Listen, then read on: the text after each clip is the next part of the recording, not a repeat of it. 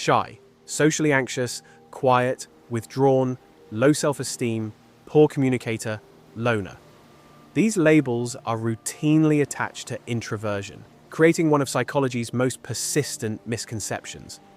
Just look at what you get when you Google introvert. Unbelievable. In today's world, we often hear introversion described in terms of social behavior. Extroverts are typically seen as outgoing, energetic people who love social gatherings, while introverts are labeled as quiet, reserved, or even socially awkward. This view suggests that introversion is essentially a lack of social skills or confidence, painting introverts as less happy, less energetic, and less capable in social situations than their extroverted counterparts. In other words, modern society has twisted Carl Jung's profound psychological insight into little more than a pathology of social awkwardness. Carl Jung, who first formally introduced the concepts of extraversion and introversion, had a much more balanced and nuanced perspective. Rather than seeing these traits as primarily about social behavior, Jung viewed them as equally valuable ways of engaging with the world. He believed these personality types were distributed evenly throughout society, regardless of social class or gender. So, what did Carl Jung mean by introversion?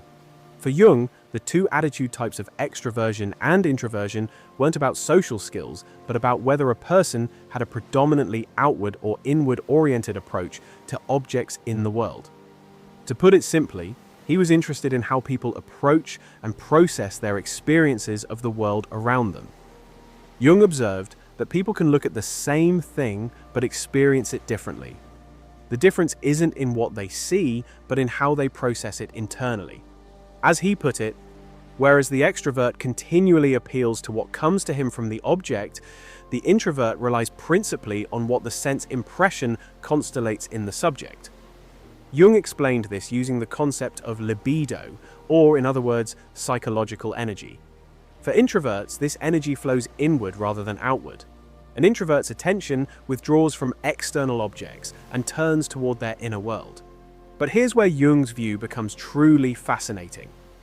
This inward turn isn't just toward personal thoughts or feelings, but toward what Jung called archetypes and the collective unconscious, universal patterns and images that all humans share.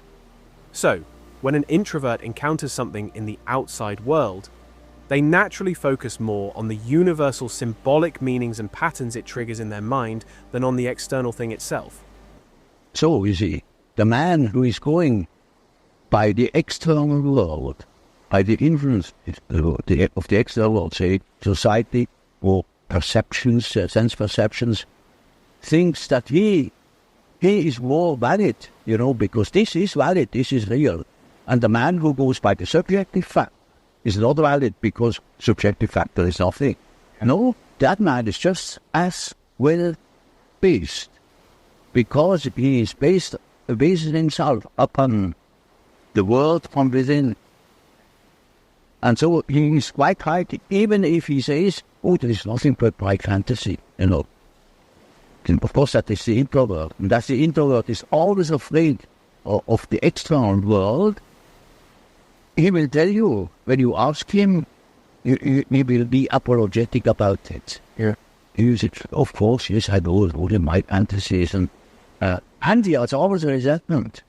And that's the world in general, particularly America, is extroverted like hell.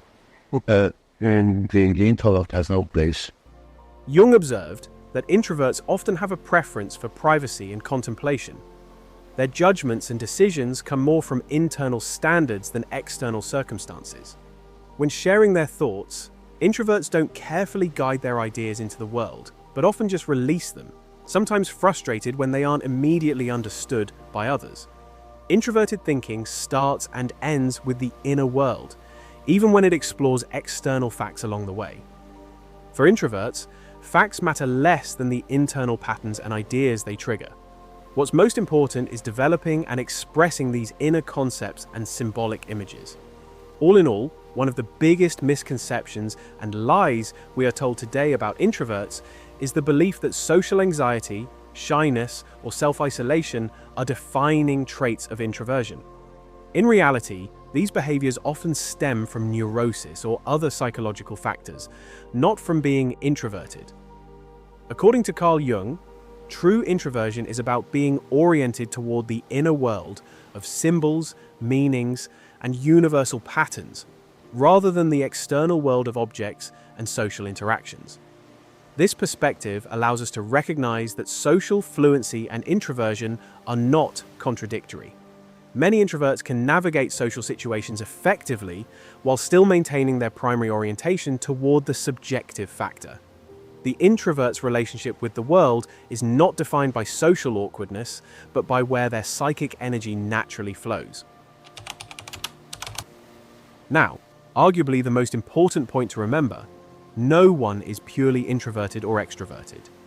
Each person possesses both mechanisms, extraversion and introversion, and only the relative predominance of one or the other determines the type. In an ideal world, the alternation of both forms of psychic activity would correspond to the normal flow of life process. However, the complex external conditions of our lives and the even more complex nature of our individual psychological makeup rarely allow for such perfect harmony in our psychological energy. As a result, our external circumstances and internal disposition often favor one mechanism over the other.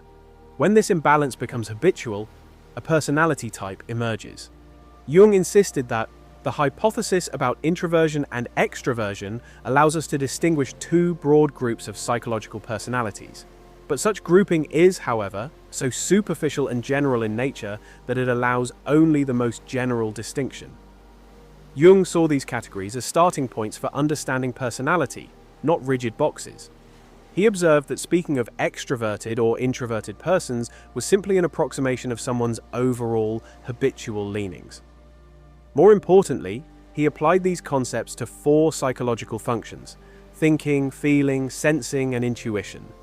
Each of these functions can operate in either an introverted or extroverted way. In the next video, we'll explore these 4 function types and see how these functions interact with introversion. Thanks for watching. Till then.